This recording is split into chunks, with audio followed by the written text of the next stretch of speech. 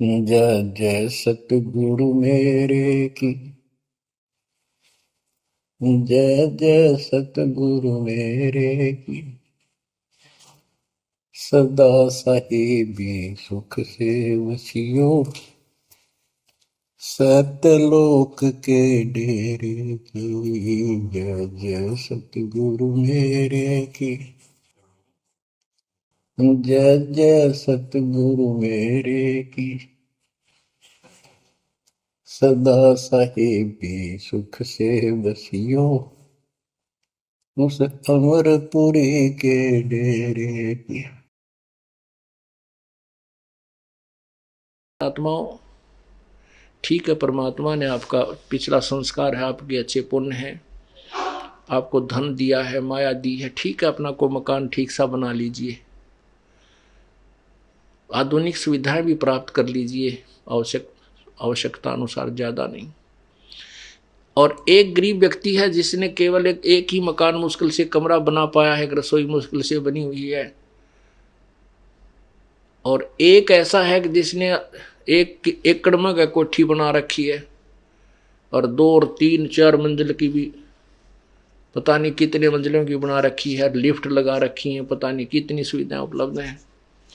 तो परमात्मा कहते हैं कि जो वो गरीब व्यक्ति जिसकी मकान की छत छान वो भी टूटी हुई हो, लेकिन वो भक्ति करता हो, वो परमात्मा को प्यारा है। और वो सुंदर महल में रहने वाला जो भक्ति नहीं करता, वो व्यक्ति अपना जीवन व्यर्थ कर रहा है। राम रटत दारिद्र भलो, टूटी घर की छान, वो सुंदर महल किस काम के, जहां भक्ति नहीं भगवान। उन घरों में ना जाने कब के बिजली गिर जाएगी। एक अखबारों में भी पढ़ी थी कि एक व्यक्ति के पास बहुत माया थी, ऐसी कोठी बना रखी थी उसने, ऐसे उसमें जीना चढ़ा रखा था इन पेड़ काड़ा कि उसमें लोडी ट्रक उसकी छत पर पहुंच जाता था। और फिर क्या हुआ, जब उसके अंत समय आया, किस दुर्गति से हुआ, उसी की पुत्री ने,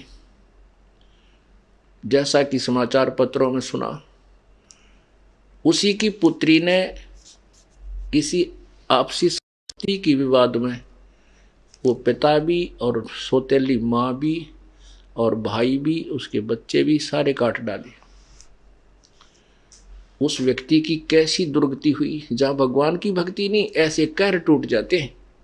और यदि वह प्रभु की शरण में होता, सद्बुद्धि देता भगवान, उसको भी सद्बुद्धि देता, अपनी बेटी को भी हिस्सा देता, ले बेटी तेरा भी तो भी मेरी तो संतान है, तो ऐसी व्यवस्था करा देता और मोक्ष देता।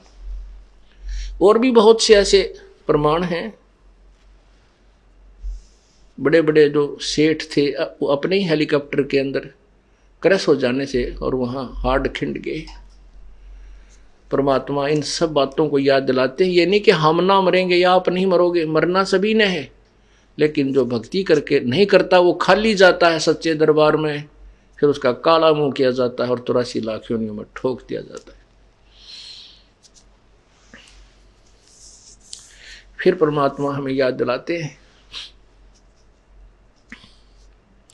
राम रटत कन्या भली, साकट भलो न पूत, जैसे छेरी के गल में गलथना, जिसमें दूध न मूते।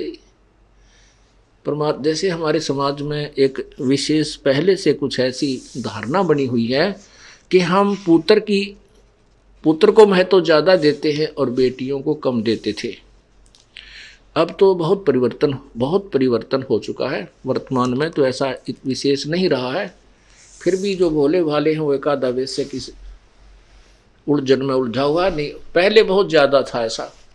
तो उस समय परमात्मा कह रहे हैं कि भाई, राम रटत कन्या भली, बेटी बहुत अच्छी हमें, वो बेटी अच्छी है जो भक्ति करती है, और वो साकट पुत्र, वो पुत्र भी जो साकट हो, वो हमें कति आवश्यकता नहीं। साकट एक तो नास्तिक होता है, नास्तिक वो होता है स्वयं भक्ति नहीं करता पर और किसी को बाधा नहीं करता। साकेट वो होता है स्वयं भी भक्ति नहीं करे और कोई जैसे उससे संबंधित और उसके अंतर्गत उसके प्रेशर में जितने व्यक्ति हों उन्हें भक्ति ना करने दे, स्वयं भी नहीं करे और उनको भी किसी न किसी कारण से परेशान रखे ताकि वो भक्ति ना कर सके, उसको साकट कहते हैं। साकट संत लैंग्वेज में। तो क्या बताते हैं कि राम रटत कन्या भली और साकट बलाना पूत, जैसे बकरी के गल में गलथना, बकरी के गल में एक थन जैसी खालड़ा लटका करता है गले में, सतन थन जैसा ही होता है, लेकिन वो किसी यूज में नहीं आता, ना उसमें दूध होता ना वो पेशाब के काम आता।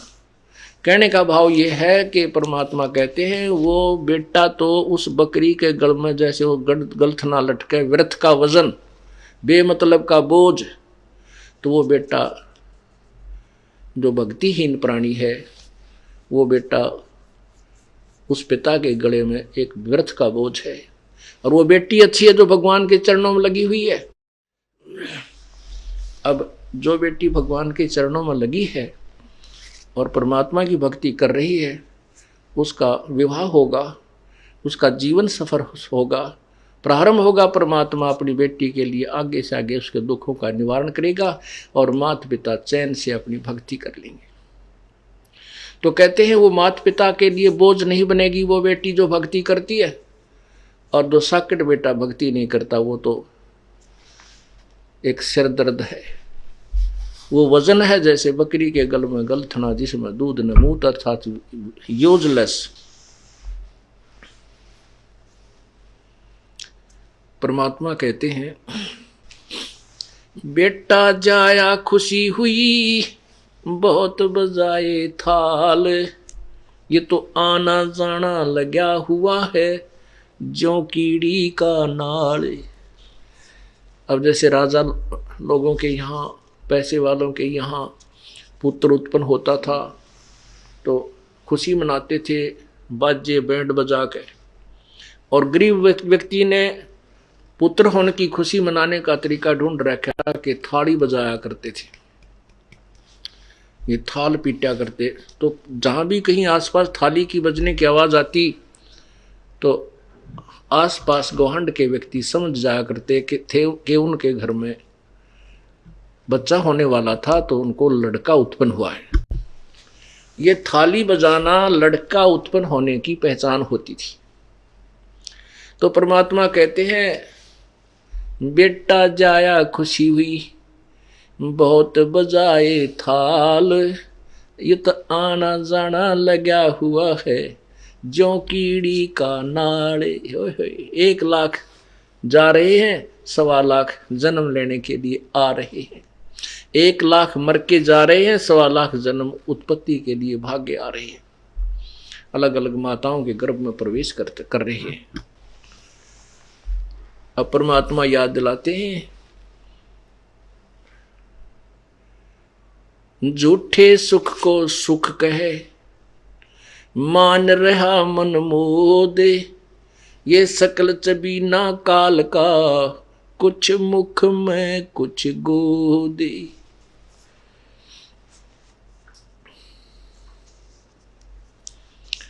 इस झूठे सुख को सुख कहे और ये खुशी मान रहा है ना, ये अनजान मन, ये तो सकल चबीना, चबीना माने आहार, ये सकल चबीना काल का कुछ मुख में कुछ गोद। 1 लाख तो मुख में जा लिए आज, और बाकी जो बचे हुए इनको गोदी में, गोदी मीन उनको पाल पोस रहा है, उनको खिला रहा है, प्रसन्न कर रहा है, और फिर समय आने पर उनको भी खा जाएगा। परमात्मा कैसा एग्जाम्पल दे रहे हैं। पतझड़ आवत देख कर, पतझड़ आवत देख कर बन रोवे मन माही, वो ऊंची डारी पात थे अब पीले हो जाही। अब क्या बताता है परमात्मा, क्या बताना चाहते हैं कि भोली आत्माओं, आप यहाँ स्थिर नहीं हो, ये आपका मकान नहीं, आपका घर नहीं है, आपका ठिकाना नहीं है, ये लोक आपका नहीं है। आज यहाँ जन्मे हो, मृत्यु होगी, ना जाने कहाँ नरक में डाले जाओगे। कोई पुण्य पुण्य है उनको स्वर्ग में रखा जाएगा, और पुण्य स्वर्ग में समाप्त होते ही आपको तुरंत नरक में डाल दिया जाएगा। नरक का पीरियड समाप्त होते तुरंत आपको चलता कर दिया जाएगा यहाँ 84 लाख योनियों। ऐसे ही मरते रहोगे, आते रहोगे, जाते रहोगे। इसलिए बताया है कि जैसे पतझड़ अब आएगी, आ चुकी है। अब क्या होगा कि पहले वाले पत्ते पीले पीले होकर के टूट टूट कर गिर जाएंगे, और तुरंत ही नई कोपल फूट आएंगी, और कुछ दिनों में वो पत्ते का रूप धारण करके हवा में ऐसे लहला रही होंगी। और 1 वर्ष तक वो मस्ती मार लेंगी, फटफट फटफट कर लेंगे। 1 वर्ष के, हो सकता बीच में टूट जाए, द्वितीय तूफान आ जाए तो वृक्ष ही गिर जाए, वो तो अलग से है। लेकिन ज्यादा से ज्यादा उनकी आयु कहते हैं 1 वर्ष के बाद वो जो अब मस्ती मार रहे हैं वो पीले होकर गिर जाएंगे।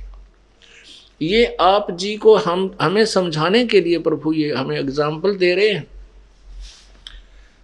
क्या बताते हैं? साथी हमारे चले गए, साथी हमारे चले गए, हम भी चालनहार, कोई कागज में बाकी रह रही, तात लगी है वार।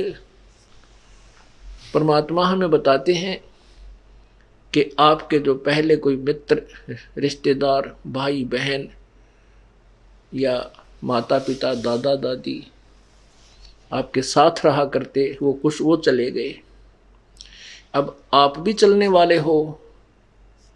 परमात्मा कह रहे हैं कोई कागज में बाकी रह रही, वो समय ना आया है जिस दिन वो बटन स्विच ऑफ करेगा तेरे जीवन का काल। वो कागज में बाकी रह रही है, कोई समय शेष रह रहा तेरा। जिस दिन वो आएगा तो भी सारे काम को, चाहे आप बस में हो, विदेश गए हो, किसी भी कारण से आपको वहीं का वहीं, आपका एक श्वास भी एक्स्ट्रा आपको नहीं मिल पाएगा।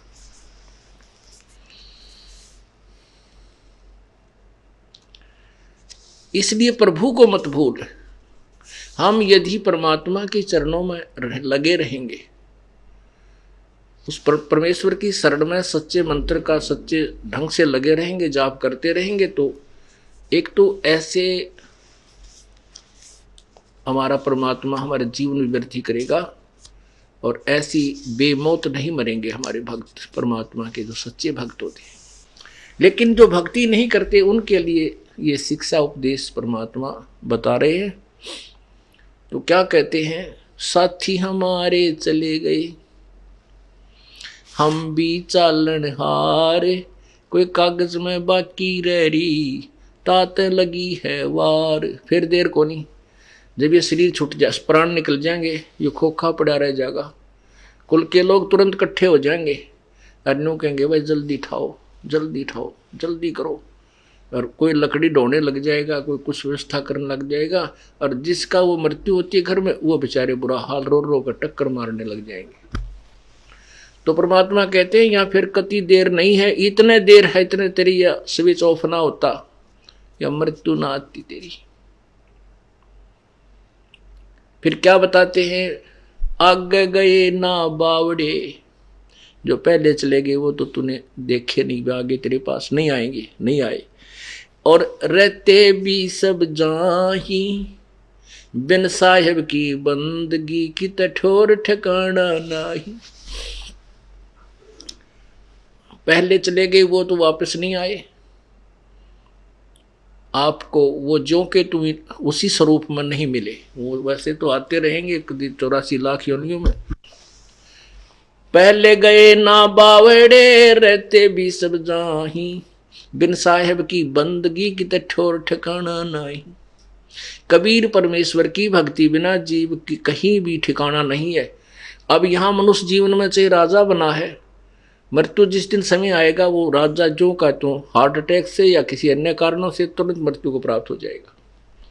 उसके बाद फिर नरक जाएगा या स्वर्ग जाएगा, जैसे उसके पुण्य होंगे तो वहां स्वर्ग गया, स्वर्ग में समय पूरा होती, ऐसे ही चला चली कर देंगे। चलो फिर नरक में फिर 84 लाख यूं कुत्ते की जुन्नी पाई, कुत्ता मृत्यु हो गया, फिर गधे की पाई, गधे में मृत्यु हुआ, आगे फिर और अन्य प्राणियों में। कहती हैं किते ठिकाना कौन। आज कोठी बनाई है एक व्यक्ति, एक शहर में बहुत बड़ी कोठी बनाई उसने मेन रोड के ऊपर, और उसमें एक मार्केट टाइप बिल्डिंग बनाई जिसमें सैकड़ों दुकान बनाई, और बना रहा था वो सैकड़ों दुकान, और उसका उद्देश्य था कि ये कम से कम भी 2-4 लाख रुपए डेली का मुझे लाभ देगी, इतना पैसा मेरे जो है ना कमाऊंगा। वो क्या कर रहा था कि आधी बिल्डिंग बन चुकी थी, आधी शेष थी, वहाँ मजदूर जो काम करते थे उनको पैसे दे करके वहीं पटड़ा गाल कर स्नान करने लग गया। गर्मियों के दिन थे, स्नान करके अपना जो है ना तैमंद धोती बांधी थी, और बांधते ही हार्ट अटैक हो गया, वहीं का वहीं लुढ़क गया। वो मजदूर वहीं पर अपने कुछ नोट नाट गिनती कर रहे थे, वहीं बैठे थे, कुछ चले गए थे। 1 सेकंड में मृत्यु होगी और वो उसकी पलान नो की नो रहेगी।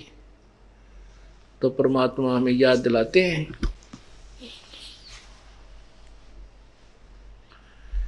भाई आगे गए ना बावड़े, आगे गए ना बावड़े रहते भी सब जान, और बिन साहेब की बंदगी कहीं ठोर ठिकाना ना, कितने ठिकाना नहीं तेरा उस परम पिता परमेश्वर कबीर जी की भक्ति बिना। उस कबीर परमेश्वर की भक्ति करने से हमें क्या लाभ होगा कि हम सतलोक चले जाएंगे। गीता जी अध्याय नंबर 15 के श्लोक नंबर 1 से 4 का एक विशेष विवरण है कि परमेश्वर उल्टा लटका हुआ संसार रूपी वृक्ष है। इस पूरे ब्रह्मांडों को समझो कि परमेश्वर की जो कंस्ट्रक्शन है, इसको उल्टा लटका हुआ संसार रूपी वृक्ष समझो, और जो ऊपर को इसकी जड़ है, नीचे को शाखाएं हैं। ऊपर को जड़ तो पूर्ण परमात्मा समझो, नीचे को शाखाएं रजगुण ब्रह्मा, सतगुण विष्णु, तमगुण शिव जी जानो। और जो संत इस संसार रूपी वृक्ष की सर्व शाखाओं के बारे में, सभी पार्ट्स ऑफ द ट्री, उस वृक्ष के सभी भागों को बता देगा कि तना क्या है, डार कौन भगवान है, और शाखा कौन है, पात क्या है, वो तत्वदर्शी संत है, स वेद विद। तो फिर कहा, जैसे गीता जी अध्याय नंबर 4 के श्लोक 34 में कहा है कि उस तत्व ज्ञान को जो पूर्ण परमात्मा ने स्वयं आकर वर्णन किया है। गीता जी अध्याय नंबर 4 के श्लोक नंबर 32 में कहा है कि जैसा कि मैंने तुझे बताया है अर्जुन, अध्याय नंबर 4 के 25 से लेकर और 31 तक, कि कोई तो भगवान की ऐसी साधना करता है, कोई देवताओं की, अन्य देवताओं को पूजता है, कोई पितरों को पूजता है, कोई हठ योग करता है, कोई खड़ा होकर, कोई केवल प्राण अपान की वायु का अभ्यास करके, कोई अपने ये प्राणायाम करके, इन्हीं को मोक्षदायक मानकर कर रहा है। लेकिन उस परमेश्वर के द्वारा बोले गए अपने मुखारविंद से तत्व ज्ञान में, उनकी वाणी में, उनके मुखारविंद से उच्चारित जो तत्व ज्ञान है, उसके अंदर ये सभी विस्तृत वर्णन दिया हुआ है। और गीता जी अध्याय नंबर 4 के 34 में कहा कि उस तत्व ज्ञान को जो परमात्मा ने स्वयं अपने मुख से बोला है, उस वाणी को तू तत्वदर्शी संतों से के पास जाकर समझ, उनको दंडवत प्रणाम कर। गीता ज्ञान दाता कहता है मैं नहीं जानता उसको, नहीं तो वो जानता होता लिख ही देता है सारे, तो इतनी 18 अध्याय लिखे हैं, 4 लाइन और लिख देता, 4 श्लोक और लिख देता कि ऐसा है, ऐसा लिख, ऐसा कर। तो वो कहता है कि उस तत्व ज्ञान को किसी तत्वदर्शी संतों के पास जाकर समझ, जो गीता ज्ञान से अलग है, भिन्न है, और जैसा फिर वो तत्वदर्शी संत तुझे मार्गदर्शन करे ऐसा कर। उस फिर बताया गीता जी अध्याय नंबर 1 में लिखा कि वो तत्वदर्शी संत की पहचान क्या होगी, इस उल्टे लटके संसार रूपी वृक्ष को वो भिन्न भिन्न पार्ट सहित बताएगा। अब फिर देखिएगा, क्योंकि पवित्र सदग्रंथों को पढ़ने से, सुनने से ज्ञान यज्ञ का फल मिलता है। और गीता जी अध्याय नंबर 4 के श्लोक नंबर 33 में कहा है कि दर्व यज्ञ से ज्ञान यज्ञ श्रेष्ठ है। तो ये ज्ञान यज्ञ जब हमारे समझ में आ जाएगी, तत्व ज्ञान समझ में आ जाएगा, फिर हम भ्रमित नहीं हो सकते। इसलिए हमने इस तत्व ज्ञान को रह रहकर सुनना और पढ़ना होगा, ताकि हमारा जो भ्रम अंधेरा है वो पूर्ण रूप से नष्ट हो जाए।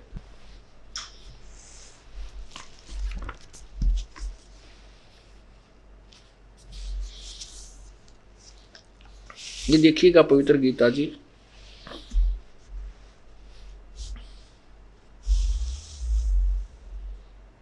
जयदयाल गोविंद का द्वारा इसका अनुवाद है, गीता प्रेस गोरखपुर से प्रकाशित है।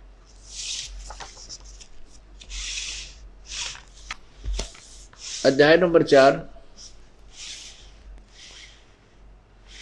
और श्लोक नंबर यहाँ 25 से प्रारंभ करते हैं। अब क्या बता रहा गीता ज्ञानदाता कि दूसरे योगी जन यानी साधक देवताओं की पूजन रूप यज्ञ का भली भांति अनुष्ठान किया करते हैं। अब यज्ञ माने देवताओं की, यज्ञ का माने पूजा का, यज्ञ माने पूजा, धार्मिक अनुष्ठान। कुछ तो देवताओं की पूजा क्या करते हैं, अन्य योगी जन ब्रह्मग्नौ परब्रह्म परमात्मा रूप अग्नि में, ब्रह्मग्नौ का अर्थ होता है परमात्मा के वियोग रूपी अग्नि में, इसका अर्थ ये होता है यज्ञ के द्वारा यानी विरह को ही ज्ञान भक्ति मानते, आत्म रूप यज्ञ का हवन किया करते हैं। और 26 में कहा है कि अन्य योगीजन श्रोत्र आदि समस्त इंद्रियों को संयम रूप अग्नि में हवन किया करते हैं, दूसरे शब्द आदि समस्त विषयों को इंद्रिय रूप अग्नि में हवन किया करते हैं। ये क्या बताया जा रहा है, गीता ज्ञानदाता कह रहा है कि कोई तो अन्य देवताओं की पूजा करते हैं, कोई केवल एक वियोग वैराग में गाते बजाते, या जैसे आपने सुना हो पढ़ा होगा, कभी सुनाते हैं हम कई बार कि जैसे ऋषभ देव जी को इतना वैराग हो गया, वो उस वैराग में जंगल में घूम रहा था, इतना उस विरह अग्नि में, परमात्मा के पाने की विरह अग्नि में। तो कहते हैं उस वन में आग लग गई, बांसों के आपस में रगड़ा खाने से दावा न लग जाती है, वो पूरा जंगल जल गया और ऋषभ देव जी भी जल के नष्ट हो गए। तो यहाँ इसमें यही बताया कि कुछ तो ब्रह्म अग्नि में, ब्रह्म अग्नि का अर्थ भगवान के पाने रूपी वियोग की एक तरफ में, वो उसी में भ्रमते भटकते रहते हैं, उसी को मोक्ष मानते हैं, उसी को मोक्ष का मार्ग मानते हैं। और कुछ अपने इंद्रियों को हठ योग से रोकने की चेष्टा करते हैं, कुछ देवताओं की पूजा करते हैं, कोई किसी प्रकार से। आगे देखना फिर आप 26 आपने पढ़ लिया, अब 27 देखो। दूसरे योग, हाँ ये आपने पढ़ लिया।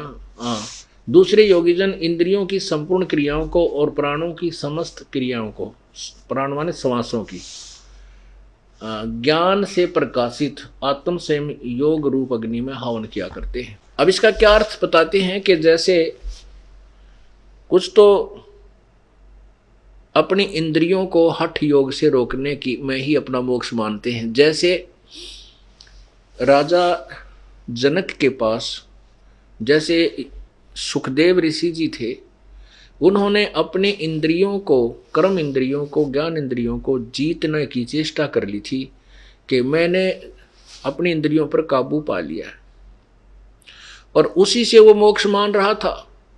तो राजा जनक के पास जब वो गए उनसे उपदेश लेने के लिए, तब राजा जनक ने कहा था कि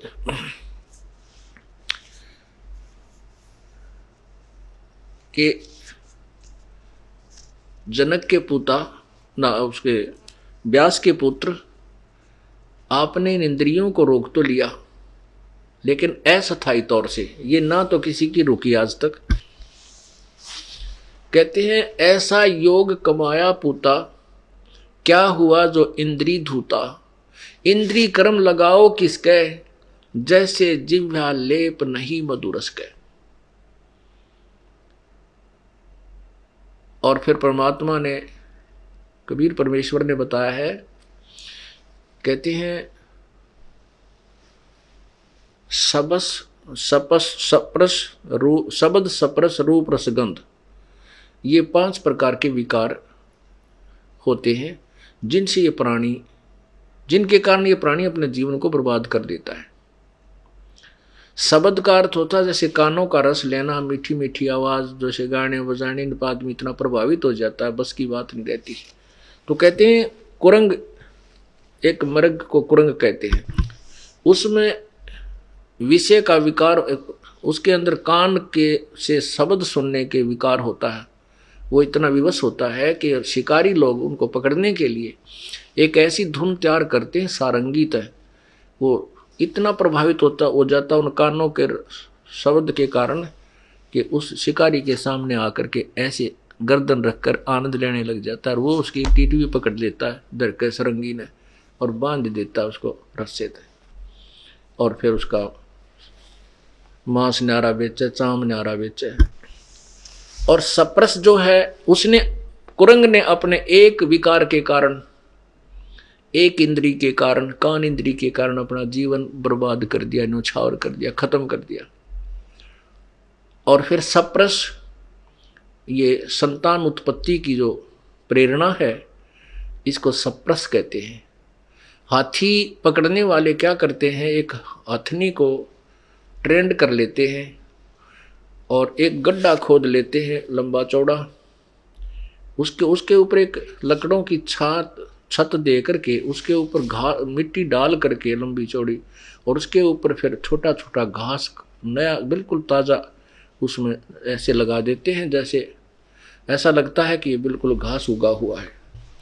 उस हथनी को भेज देते हैं उन हाथियों के झुंड में, वो ट्रेंड होती है और वो जाकर के उन हाथियों को सप्रस करती है, उनको प्रेरणा करती है, उनके अंदर रजोगुण उत्पन्न कर देती है। और फिर वो उसके साथ भागने की चेष्टा कर, जब वो कोशिश करते हैं तो वह भाग लेती है, पीछे पीछे हाथी उसके पीछे पीछे 4, 5, 6 का झुंड लग लेता है। वो ट्रेंड होती है, सीधी भागी आती है। वो जो हाथी पकड़ने वाले वृक्षों की ओट में खड़े हो जाते हैं, आड़ में। वो हथनी एक बार तो सीधी भागी आती है, हाथी उसके पीछे पीछे भाग रहे होते हैं, वो एकदम साइड काट के और फिर ऐसे ऐसे घूमकर नो भाग लेती है, ऐसे फिर सीधी भाग लेती है। हाथी फिर सीधे ही भागे आ जाते हैं, वो अंधे हो जाते हैं, नहीं देखते आगे क्या है, नहीं तो हाथी सूंघ सूंघ के कदम रखता है, तो एकदम वो उन गड्ढे में आकर गिर जाते हैं जो वो लकड़ी से छत दे रखी थी, और वहाँ रोवा चंगाड़ मारा, बुरा हाल करें। फिर उसके अंदर उसको हाथी पकड़ने वाले फिर ऊपर से उनका भाले ठोक के खूब उनको नचा के कुदा के भूखे रख के, जो वो कति ऐसे हो जाते हैं, तब उनको पकड़ के बाहर और नगर नगर गांव गांव में उनकी दुर्गति करते हैं, उनसे फिर भीख मांगते हैं उनके ऊपर बैठ के। एक सप्रस के कारण, एक रजोगुण के कारण, सप्रस जो एक इंद्री का रस के कारण, उसने प्रजनन इंद्री के कारण के रस उसके कारण उसने अपना जीवन खो दिया। रूप, ये जो पतंग होते हैं, छोटे छोटे जो पतंगे, छोटे छोटे जीव होते हैं, ये दीपक के ऊपर या हाइलोजन जल रही है उसके ऊपर ऐसे भाग कर चिपक जाते हैं, उनके बस की बात नहीं, वो रूप के ऊपर आसक्त होते हैं और उससे वो जल करके नष्ट हो जाते हैं। रस, जीव के स्वाद, जिह्वा इंद्री के कारण एक मछली जो अपना जीवन बर्बाद कर देती है, क्योंकि मछली पकड़ने वाले एक कांटे में लोहे के घुंडी वाला तार होता है, उसके अंदर एक मांस का टुकड़ा फंसा के और एक धागे से वो कुंडा बांध कर कांटा और जल में डाल देते हैं, और वो मछली भाग कर उसको पकड़ लेती है। पकड़ते ही वो कांटा उसके हलक में गड़ गया, अंदर जो है ना उसके मुख के अंदर फंस जाता है और वो झटका देते हैं और ज़्यादा गड़ जाता है, बाहर पटक मारे और वो मछली ने उस एक अपने जिह्वा स्वाद के लिए द्री के कारण अपना जीवन खो दिया। सुगंध गंध, भंवरा एक होता है, भंवरा एक आपने देखा होगा, काला सा बूंद सा उड़ता हुआ चला करे। उस भंवरे के अंदर नाक इंद्री जो है, नासा इंद्री, ये प्रभावित होती है। इसके कारण वो फूल पर बैठ जाता, सुगंध लेने में इतना मस्त हो जाता है, रात्रि में फूल बंद हो जाता है और उसी में अपना जान बर्बाद, वो मर जाता है, लेकिन उठ नहीं सकता। तो यहाँ परमात्मा ये बताना चाहते हैं, कुछ तो दूसरे योगीजन संपूर्ण इंद्रियों की क्रियाओं को, प्राणों की समस्त क्रियाओं को ज्ञान से प्रकाशित आत्म संयम रूप अग्नि में हवन किया करते हैं। कहते हम बहुत अपने आप को साध लिया है, अपनी इंद्रियां रोक ली हैं। परमात्मा कहते हैं, कहन सुन की करते बाता कोई ना देखा अमृत खाता। कहते हैं परमात्मा कहते हैं कि कुरंग मतंग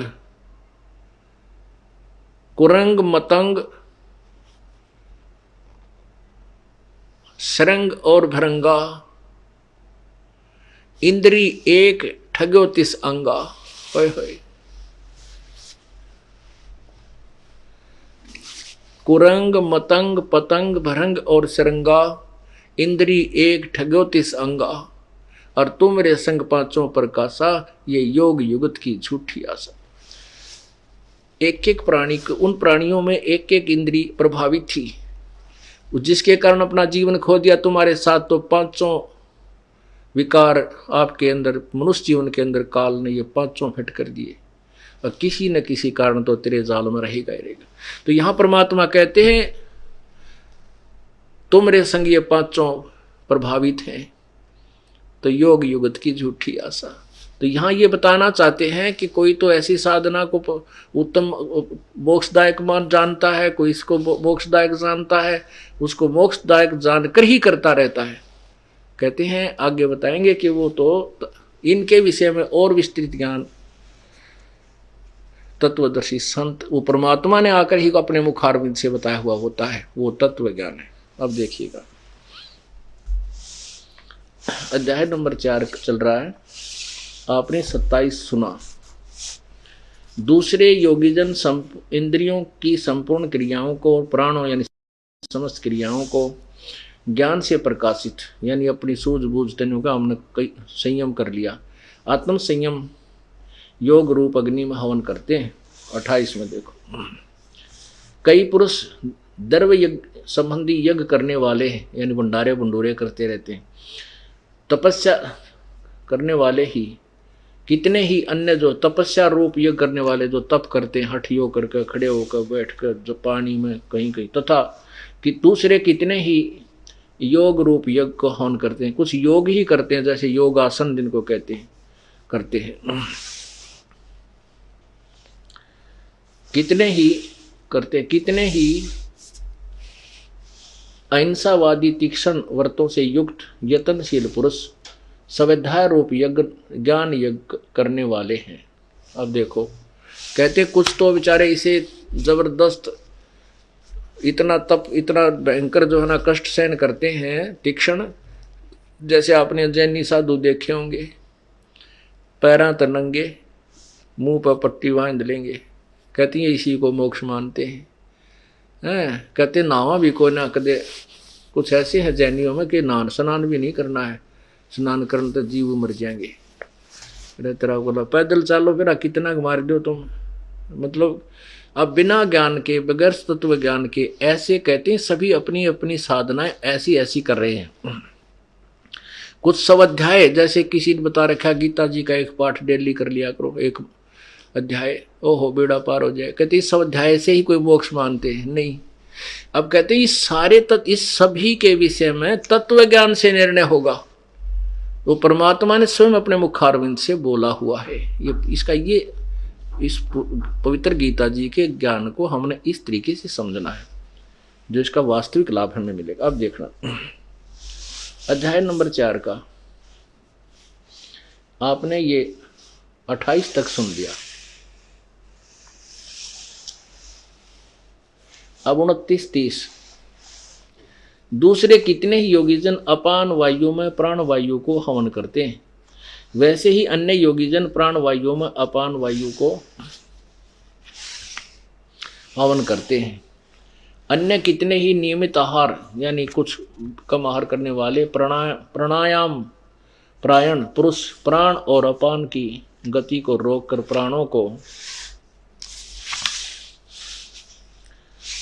प्राणों में ही हवन किया करते हैं। ये सभी साधक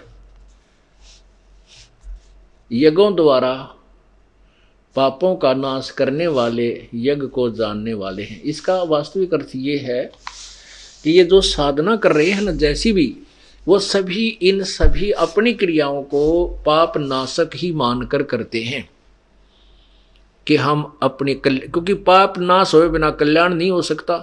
तो ये कहते हैं ये सभी जो क्रियाएं कर रहे हैं ये अपनी अपनी क्रिया को जो करते हैं ऐसे वो पाप नाशक जानने वाले हैं, यानी उनको पाप नाशक जानते हैं।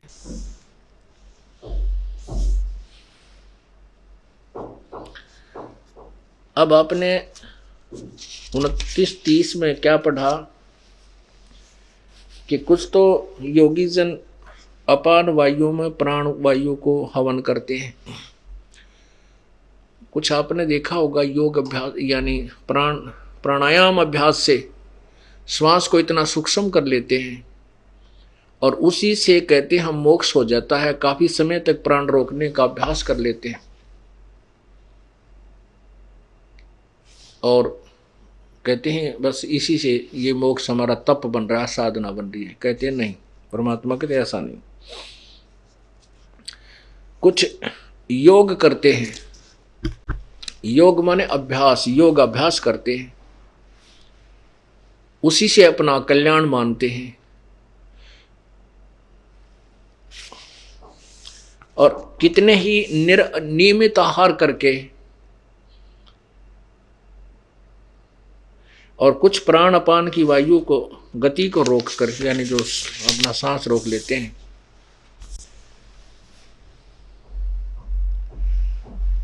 आगे बताया है कि ये वैसे तो सभी समझते हैं कि हम जो साधना कर रहे हैं वो पापनाशक, उनको पापनाशक ही जानते हैं। आगे बताया है कि हे कृष्ण, हे कुरुश्रेष्ठ अर्जुन, ये देखिएगा 31 फिर पढ़िए।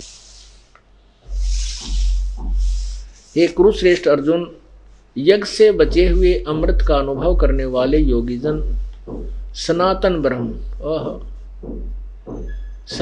ब्रह्म परमात्मा को प्राप्त होते हैं। यज्ञ से बचे हुए अमृत का अनुभव करने वाले, यज्ञ करने वाले पुरुषों के लिए तो यह मनुष्य लोक भी सुखदायक नहीं है, तो फिर परलोक कैसे हो सकता है, सुखदायक हो सकता है। अब इस पॉइंट को समझने के लिए कि सनातन परब्रह्म परमात्मा को प्राप्त होते हैं कौन? यज्ञ से बचे हुए अमृत का अनुभव करने वाले। अब पुण्यात्मा, गीता जी अध्याय नंबर 3 के श्लोक नंबर 10 से लेकर के 15 तक विवरण दिया है कि प्रजापति ने, परमात्मा ने सबसे पहले प्रजा रचकर उनको कहा था तुम यज्ञ किया करो और कहा था तुम यज्ञ करके उन्नति को प्राप्त करो और तुम यज्ञ के द्वारा देवताओं को बढ़ाओ और वो उन्नत हुए हैं देवता तुम्हें बिना मांगे ही लाभ दिया करेंगे। फिर आगे बताया है कि अध्याय नंबर 3 के ही श्लोक नंबर 14-15 में उसमें क्या बताया कि सभी प्राणियों की उत्पत्ति अन्न से होती है, अन्न वर्षा से होता है और वर्षा यज्ञ से होती है, धार्मिक अनुष्ठानों से होती है। यज्ञ जैसे यहाँ 5 यज्ञ चलती हैं, इनसे सृष्टि का बैलेंस बना रहता है। वर्षा यज्ञ से होती है, यज्ञ शास्त्र अनुकूल भक्ति कर्म से होते हैं और यज्ञ यानी कर्म ब्रह्म ने लगाए। ब्रह्म इस काल के लोक में हम आए तो हमने काम करना पड़ा और ये अनुष्ठान करके अपना टाइम पास, इसे कुछ राहत लेकर के अपना गुजारा करते। लेकिन हम सतलोक में चले जाते हैं, वह नैस कर्म में हमें सिद्धि प्राप्त हो जाती है, वहाँ काम नहीं करना होता। लेकिन यहाँ हम आए काल के लोक में तो हमारे कर्म लगे, ये कर्म लगाए काल ने, ब्रह्म ने, और इस काल ब्रह्म की उत्पत्ति हुई उस परम अक्षर ब्रह्म से, यानी अक्षर ब्रह्म से, परम अक्षर ब्रह्म से, पूर्ण परमात्मा से। और वो पूर्ण परमात्मा सर्वगतम ब्रह्म, वो पूर्ण परमात्मा सर्वव्यापक वासुदेव पूर्ण परमात्मा ही यज्ञों में प्रतिष्ठित है। यज्ञों में, यानी उस पूर्ण परमात्मा को इष्ट मानकर जो साधना करते हैं वो उसको प्रतिष्ठित रख करके कि कबीर परमेश्वर पूर्ण परमात्मा के प्रति को इष्ट मानकर, तो फिर उससे जो लाभ होता है वो सभी वो पूर्ण लाभ प्राप्त होता है। वो वास्तविक यज्ञ है। अब देखना, अब गीता जी अध्याय नंबर 4 के श्लोक नंबर 31 में कहा कि यज्ञ से बचे हुए अमृत का जो अनुभव करते हैं। अब तीसरे अध्याय का आप देखिएगा, ये 3 श्लोक आपको 4-5 श्लोक पढ़ाएंगे क्योंकि तीसरे से कंटिन्यू आ रहा है ये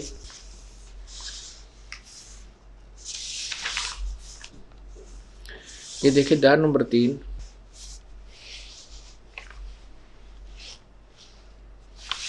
और यहां से 10 नंबर श्लोक से शुरू करते हैं।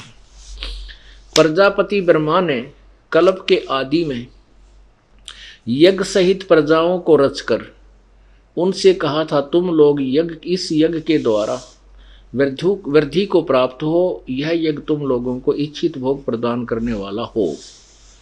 अब 11वें में कहा है कि इस यज्ञ के द्वारा देवताओं को उन्नत करो और वो देवता तुम लोगों को उन्नत करें। इस प्रकार निस्वार्थ भाव से एक दूसरे को उन्नत करते हुए तुम लोग परम कल्याण को प्राप्त हो जाओगे। आगे 12 में कहा है कि यज्ञ के द्वारा बढ़ाए हुए देवता तुम लोगों को बिना मांगे ही इच्छित भोग निश्चय ही देते रहेंगे। इस प्रकार उन देवताओं द्वारा दिए हुए भोगों को जो पुरुष उनके बिना दिए स्वयं ही भोगता वो तो चोर ही है। 13 में स्पष्ट किया है, जो दास आपको बताना चाहता है कि यज्ञ से बचे हुए अन्न को खाने वाले श्रेष्ठ पुरुष सब पापों से मुक्त हो जाते हैं। जो पापी लोग अपने शरीर पोषण करने के लिए ही अन्न पकाते हैं वे तो पाप को ही खाते हैं। अब देखो 14 और 15 में स्पष्ट किया है कि संपूर्ण प्राणी अन्न से उत्पन्न होते हैं। अन्न की उत्पत्ति वृष्टि से होती है, यानी वर्षा से। वृष्टि यज्ञ से होती है और यज्ञ विहित कर्मों से, यज्ञ विहित कर्मों से उत्पन्न होते हैं। और कर्म समुदाय को तू ब्रह्म उद्भवम, वे इन अर्थ कर दिया वेद से उत्पन्न नहीं, ब्रह्म माने इस ब्रह्म काल से उत्पन्न, और वेद को और ब्रह्म को इस काल को अविनाशी परमात्मा से उत्पन्न हुआ जान। इन्होंने ब्रह्म का अर्थ वेद किया जो बिल्कुल गलत है। कहीं नहीं हो सकता वेद का ब्रह्म का अर्थ वेद।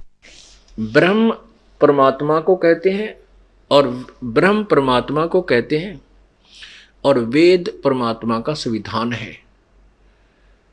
तो ऐसे एक राजा है, एक राजा का विधान है, संविधान है।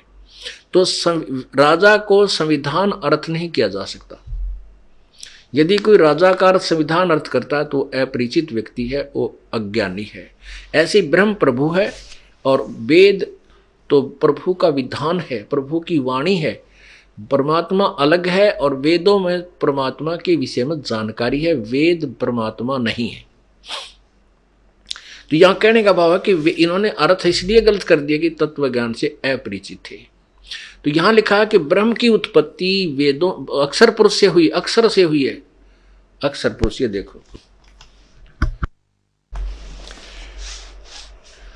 कर्म समुदाय को तू यहां करो वेद से, ब्रह्म से उत्पन्न, यानी क्योंकि काल के लोक में आए तुमने कर्म करके खाना पड़ा। सतलोक में कोई कर्म से नहीं, बल्कि परमात्मा की तरफ से हमें सब वस्तु मिलती है। तो ब्रह्म की उत्पत्ति, ब्रह्म यहां ब्रह्म लिखना था, काल अविनाशी परमात्मा से, अक्षर सम उद्भवम, अविनाशी परमात्मा से उत्पन्न हुआ जान। इससे सिद्ध होता है कि सर्वव्यापी सर्वगतम ब्रह्म, सर्वव्यापी परम अक्षर परमात्मा सदा ही यज्ञों में प्रतिष्ठित है। ये परम अक्षर परमात्मा, यानी परम अक्षर ब्रह्म कहो, परमात्मा को परम अक्षर ब्रह्म ही यज्ञों में प्रतिष्ठित है। क्या मतलब हुआ कि जो अब ये समझना, इसको समझने के लिए आपको बार बार ये क्लास समझाया जाएगा। आप स्टूडेंट हैं, आप परमात्मा के प्राप्ति वाले विद्यालय, स्कूल, कॉलेज के यानी विश्वविद्यालय के विद्यार्थी हो। आपको रह कर ये चैप्टर रह कर ये क्लियर करना पड़ेगा दास को, कि ताकि आप स्वयं तो भक्ति करोगे ही और साथ में अन्य भोली आत्माओं को भी समझा करके इस दास के पास ला करके उनका कल्याण करवाओगे, इस स्कूल में उनको भी प्रवेश दिलवाओगे।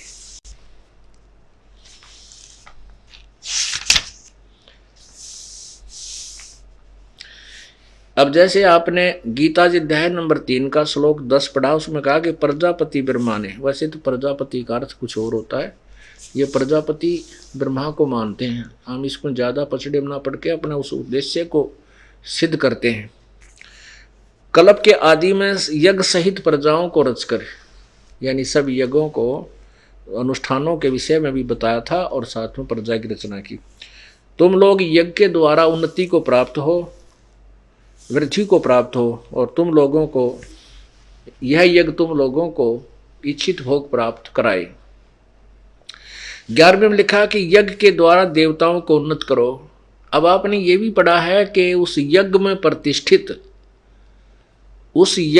प्रतिष्ठित वो परम अक्षर ब्रह्म है, और उस परम अक्षर ब्रह्म से ही ये ब्रह्म की उत्पत्ति हुई। वो सर्वगतम ब्रह्म, वो सर्वव्यापी अक्षर ब्रह्म यानी परम अक्षर ब्रह्म यानी परम अक्षर परमात्मा ही यज्ञों में प्रतिष्ठित है।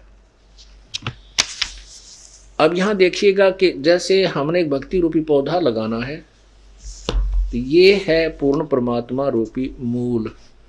जैसा हमने प्रारंभ किया था, इसको कहां से हमने प्रारंभ किया था? 15वें गीता जी अध्याय नंबर 15 के श्लोक नंबर 1 से 4।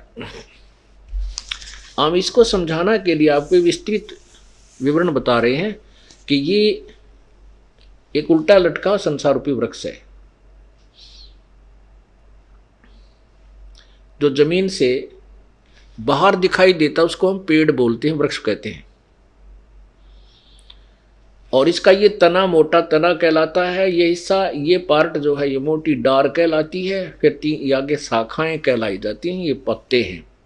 तो इसमें बताया गीता जी अध्याय नंबर 1 में कहा कि ऊर्ध्व मूलम अधः शाखम, ऊपर को मूल वाला और नीचे को शाखाओं वाला।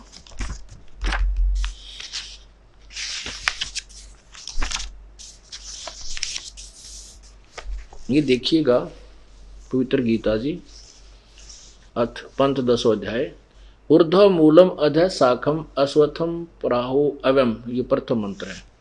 छंदासी यस्य प्रणानी ये तम वेद स वेदविद। इसका अर्थ है कि ऊपर को मूल वाला जड़ वाला, नीचे को शाखा वाला, ये अविनाशी उल्टा लटका हुआ पीपल, संसार रूपी पीपल का वृक्ष है। छंदासी यस्य प्रणानी, इसके जो पत्ते आदि हैं वो इसके विभाग हैं, छंद हैं, टुकड़े हैं।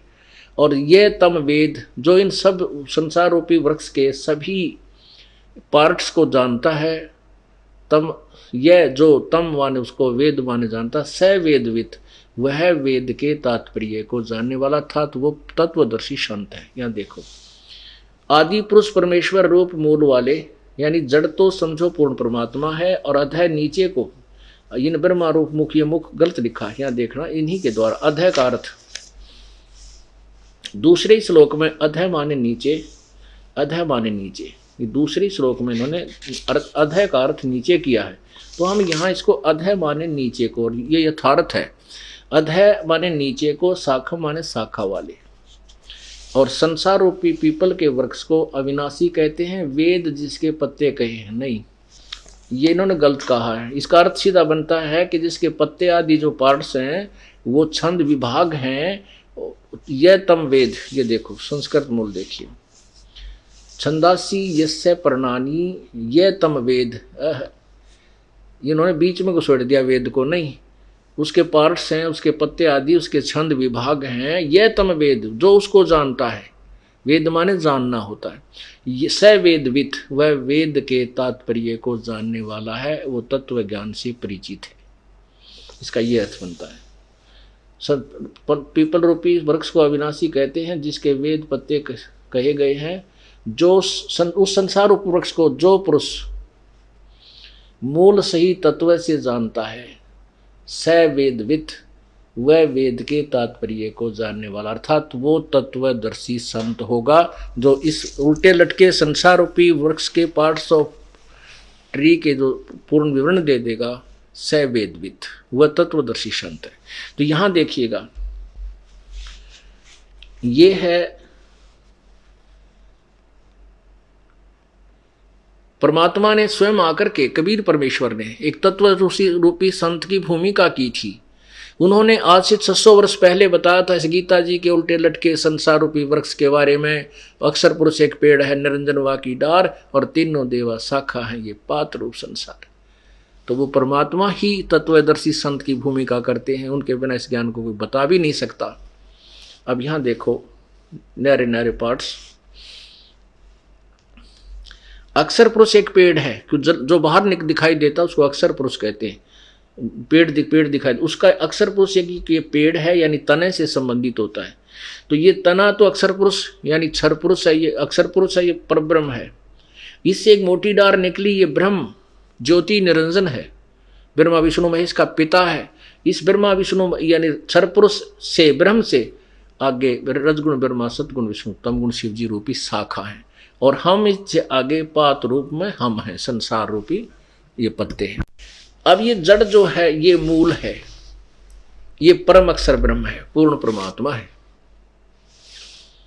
अब यहां पूर्ण परमात्मा से ही आहार चलता है इस वृक्ष को, तने में आया, तना से डार में यानी परब्रह्म, परब्रह्म से ब्रह्म में, ब्रह्म से ब्रह्मा विष्णु महेश रूपी शाखाओं में, और फिर इन हमारे पास पहुंचा। अब हमने ये समझना है, जैसे इसमें बताया है कि तुम देवताओं को उन्नत करो और वो बढ़े हुए देवता तुम्हें उन्नत करे, और साथ में ये भी कहा कि उस परम सर्वगतम ब्रह्म को यज्ञों में प्रतिष्ठित है, उसी की पूजा करोगे तो तुम्हारे शुभ संस्कार बनेंगे, तुम्हें यथार्थ भक्ति लाभ मिलेगा। वो संस्कार बन के ब्रह्मा विष्णु महेश के पास तुम्हारे अकाउंट में जमा होंगे, फिर ये ब्रह्मा विष्णु महेश तुम्हें वो शुभ संस्कार ही देंगे, अन्य कुछ नहीं दे सकते। तो हमने पूजा तो पूर्ण ब्रह्म की करनी होगी, उसके बताए अनुसार चलना होगा। उसके बाद जो संस्कार हमारे पुण्य बनेंगे जैसे भी यहाँ के, तो वो फिर ब्रह्मा विष्णु महेश के पास जाएंगे, वो आपको वर्क डन देंगे, किए हुए कर्म का फल ही देंगे। और वो कर्म कैसे बनेंगे? ये कर्म ऐसे बनेंगे। अब देखना, जैसे हम कोई भक्ति रूपी पौधा लगाना चाहते हैं, रोपना चाहते हैं, तो ये है प्रॉपर वे ऑफ प्लांटिंग, ये यथार्थ विधि है पौधा लगाने की।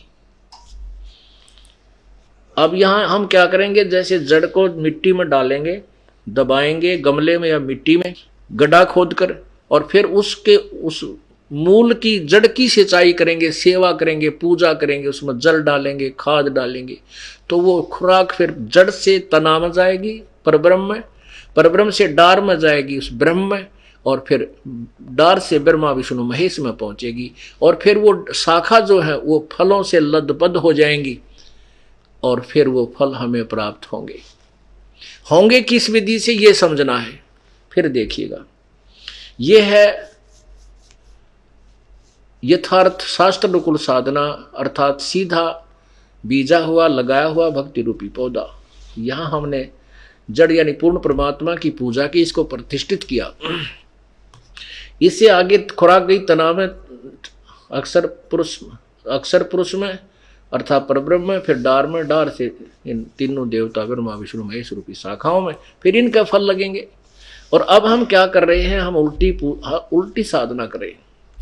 हमने इस भक्ति रूपी पौधे को उल्टा बो रखा है। हमने टहनियां ब्रह्मा विष्णु महेश की तरह हमने पूजा करनी शुरू कर दी, जड़ को छोड़ दिया, हम भक्तिहीन होते जा रहे। अब हम ऐसे पूजा कर रहे हैं जो शास्त्र विधि रहित है, शास्त्र विरुद्ध साधना अर्थात उल्टा बीजा हुआ लगाया हुआ भक्ति रूपी पौधा। तो यहां से पानी डाल रहे हैं, ये टहनियां गल गई और भक्ति रूपी पौधा हमारा सूख गया, हमें कोई लाभ नहीं हो रहा। अब हमने ना तो कोई छोड़ना है, हमने किसी, कहते हैं आपके गुरुजी तो ब्रह्मा विष्णु महेश की पूजा को मना करते हैं, और वो तो हमारे देवताओं को पूजा से मना करते हैं, वहाँ जाना ठीक नहीं। दास किसी को मना नहीं करता। हमारे ज्ञान को ना समझ कर जो भ्रमित लोग, भ्रमित करने वाले, जो अपनी दुकानें बचाने वाले, जो धर्म की आड़ में शोषण कर रहे हैं जनता का, वो लोग भ्रमित करते रहते। दास नहीं कहता कुछ छोड़ने को, इस पौधे को सीधा करने को कहता ताकि आपको सर्व लाभ मिले। अब आप ऐसे पूजा करें, अन्य देवताओं की पूजा करते हो, और दास कहता है कि ऐसे करो बस। तो ब्रह्मा विष्णु महेश को हम कहाँ छोड़ेंगे, क्योंकि फल तो इन्होंने देना हमारे को। इन टहनियों को तोड़ने को कोई कहेगा वो मूर्ख है, उसको कोई ज्ञान नहीं। ब्रह्मा विष्णु महेश को छोड़ने की कोई कहे तो नालायक व्यक्ति है। नहीं, हम कहते हैं भक्ति रूपी पौधा सीधा करो और फिर फल यहाँ लगेंगे। जब ये पेड़ होगा तो यज्ञों में प्रतिष्ठित पूर्ण परमात्मा है। अब यज्ञ से बचे हुए अन्न को, अब जैसे हमें परमात्मा ने पूर्व संस्कारवश जो धन दिया है उसमें से हम दान पुण्य नहीं करते, हम चोर हैं उस मालिक के। और परमात्मा कहते जिन हर की चोरी करी और गए राम गुण भूले, ते बिदना बागुल किए अब रहे उर्द मुख झूले। बागुल पक्षी बना दिए जाते हैं, वो कहते हैं मुख से खाते हैं और मुख से ही टट्टी करते हैं। वो बागुल पक्षी उल्टे लटके रहते हैं, ऊपर को पंजों से और नीचे को मुंह रहता है उनका, बिरान माटी होती है। अर्थात महादुखी प्राणी हो जाओगे जिन हर की चोरी करी और गए राम गुण भूल। परमात्मा की महिमा से जो अपरिचित होकर के और ये दान पुण्य करना त्याग दिया, उनकी दुर्गति होगी। अब यही ये कहना चाहते हैं अपनी पवित्र गीता जी कि जो व्यक्ति पर जो उन देवताओं के द्वारा दिए हुए, बड़े हुए देवता जो तुम्हें धन देते हैं, अर्थात जो तुम्हारे यथार्थ भक्ति मार्ग से जो तुम्हें धन मिला और उसमें से तुम आगे दान नहीं करते हो, तो तुम कहते हैं वो चोर हैं। और केवल अपने उदर पोषण के लिए नाना प्रकार के पकवान बनाकर खाता है, दान धर्म नहीं करता है, कहता वो पाप को ही खाता है। अब यज्ञ से बचे हुए, यज्ञ से बचे हुए अन्न को खाने वाले, यज्ञ से, यज्ञ कौन सा है? धार्मिक यथार्थ शास्त्र अनुकूल साधना को हम यज्ञ कहते हैं, यानी यथार्थ अनुष्ठान कहते हैं। उस यज्ञ से बचे हुए अन्न को खाने वाले, अब देखिए यज्ञ से, अध्याय नंबर 3 के श्लोक नंबर 13 में, यज्ञ से बचे हुए अन्न को खाने वाले श्रेष्ठ पुरुष पापों से मुक्त हो जाते हैं। जो पापी लोग अपना शरीर पोषण करने के लिए अन्न पकाते हैं वे तो पाप को ही खाते हैं। अब 14-15 में स्पष्ट किया है कि संपूर्ण प्राणी ये अन्न से उत्पन्न होते हैं। अन्न की उत्पत्ति वर्षा से, वर्षा यज्ञ से होती है, और यज्ञ शुभ कर्मों से, शास्त्रानुकूल कर्मों से होने वाले हैं। और कर्म तो काल ब्रह्म के द्वारा लगा उत्पन्न किए जान, और ब्रह्म काल की उत्पत्ति अविनाशी परमात्मा से उत्पन्न हुआ जान। और इससे सिद्ध होता है कि वो सर्वगतम ब्रह्म, सर्वव्यापी परमेश्वर, परम अक्षर परमात्मा सदा ही यज्ञों में प्रतिष्ठित है। अब यहाँ से प्रसंग उठा था, वहाँ गीता जी अध्याय नंबर 4 के श्लोक नंबर 31 में कहा कि यज्ञ से बचे हुए अन्न को खाने वाले श्रेष्ठ पुरुष पापों से बच जाते हैं। क्योंकि जो साधना शास्त्र अनुकूल नहीं करे वो तो पाप कर रहे हैं, साधना करते तो भी पाप कर रहे हैं, और जो शास्त्र अनुकूल साधना करते हैं वही पापों से, उन होने वाले शास्त्र विरुद्ध साधना से होने वाले पापों से वही बचते हैं जो यथार्थ साधना पूजा करते हैं।